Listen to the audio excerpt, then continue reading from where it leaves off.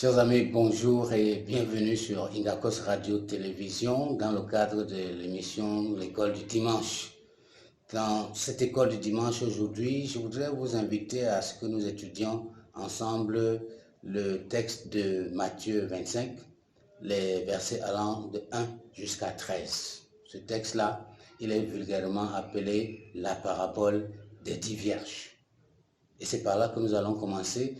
Quand vous entendez souvent parler de parabole dans nos cultures bantoues, la notion de parabole est perçue comme étant le fait de parler de façon voilée, de façon indirecte. Vous voulez parler de la tortue, mais vous mettez plutôt le lièvre en première position. Bref, lorsqu'on va parler de parabole, on est en train de vouloir communiquer, mais pas de façon directe. Donc, c'est cette définition-là que je vais vous laisser garder. Nous n'allons pas rentrer, comme j'aime souvent dire, dans les profondeurs théologiques pour vous perdre, parce que ce qui est essentiel, c'est de savoir qu'est-ce qu'on doit retenir au bout de l'apprentissage que nous avons eu. Le Seigneur Jésus a beaucoup parlé en parabole. Je ne veux pas dire parler simplement, enseigner. Il a beaucoup enseigné en parabole. C'est comme pour dire, première chose à retenir, la parabole est un enseignement. Quand le Seigneur utilise une parabole, il a envie d'enseigner quelque chose.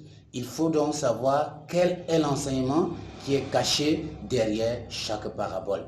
La parabole des 10 vierges, est-ce qu'on peut rapidement revenir dessus quand vous aurez lu le texte? C'est cette histoire de 10 femmes qui étaient appelées à aller à la rencontre de leur époux et qui se sont préparées chacune avec sa lampe. 5 d'entre elles ne se sont pas contentées de prendre les lampes. Elles ont pris les lampes, elles ont mis de l'huile dedans. Quand on dit de l'huile, je ne veux pas dire de l'huile, restons dans notre contexte d'aujourd'hui. Elles ont mis du pétrole dans leurs lampes et elles ont pris encore un peu de pétrole en réserve. 5 autres se sont contentés de mettre du pétrole dans leurs lampes et sont allés au rendez-vous. Il s'est donc passé que le rendez-vous a traîné, l'époux a tardé à arriver. Et quand il arrive assez tard, les lampes de celles qui n'avaient pas de réserve étaient totalement éteintes. Celle-là, de demander maintenant aux autres de leur donner un peu. Les vierges qui avaient préparé la réserve ont dit non, on ne peut pas vous donner, parce que si on vous donne, même nous-mêmes, on sera en difficulté. Voilà la petite histoire. Mais derrière cette parabole, beaucoup de choses se dégagent. La première chose qu'on va retenir dans écoutant cette parabole, c'est que le Seigneur veut montrer. La première chose, c'est que dans la vie, il faut toujours avoir ce qu'on appelle un plan B. Quand je prévois que je vais faire une chose, il faut toujours se dire, et si ça ne marche pas, comment je vais procéder?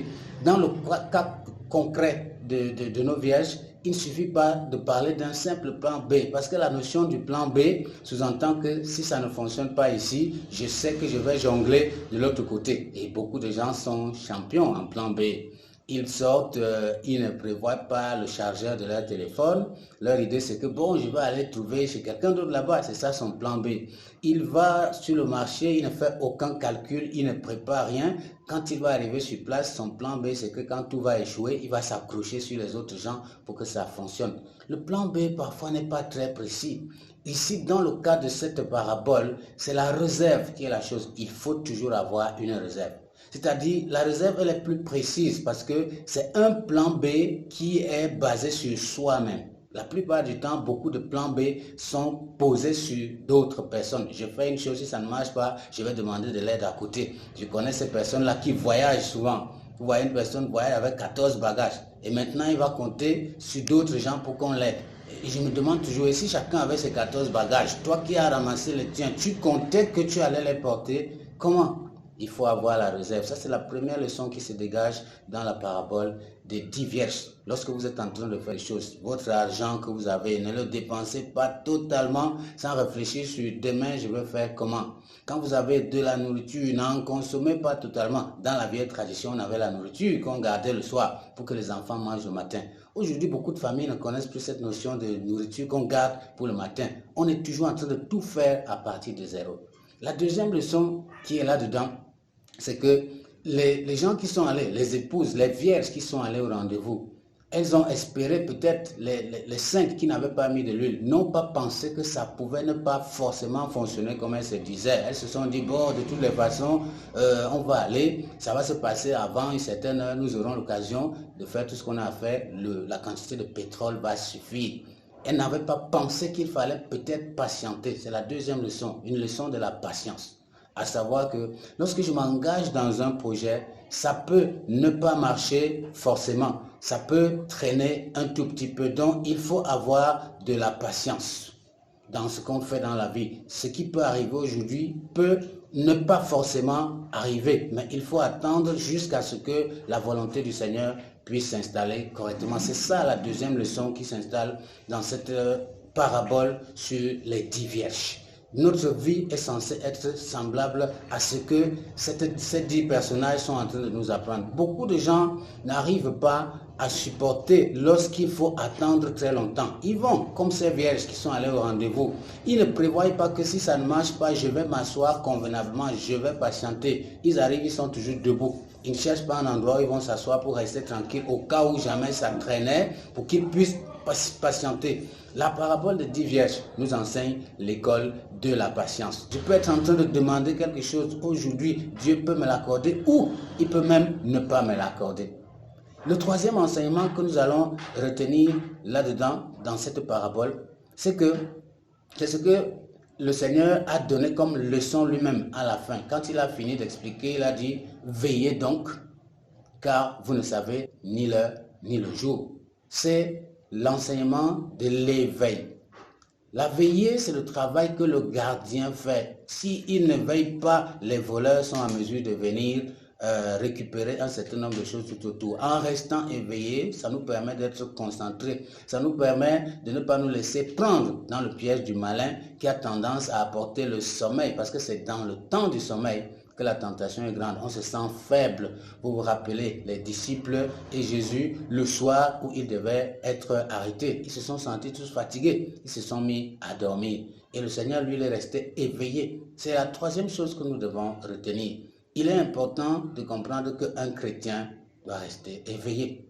Cette parabole, avec ces 3 enseignements, c'est toute une école riche. Je vais me résumer sur ce point-là. Elle nous apprend à savoir mettre de la réserve de côté, une réserve qui est basée sur nos efforts personnels, pas une réserve qui compte sur les efforts des autres.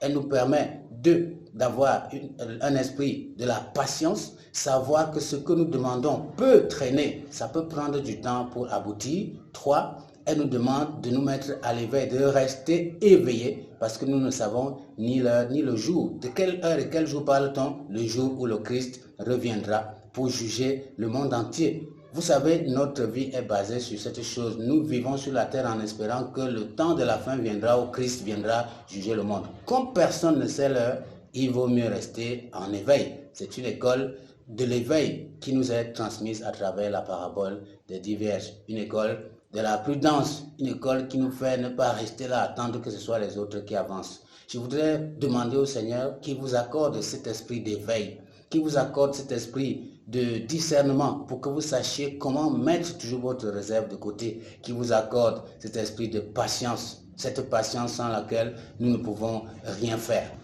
Que le Seigneur vous fortifie et qu'il vous accorde d'avoir cet éveil, ce discernement, cette capacité de la patience sans laquelle nous ne pouvons pas produire les fruits de l'esprit. Bonsoir.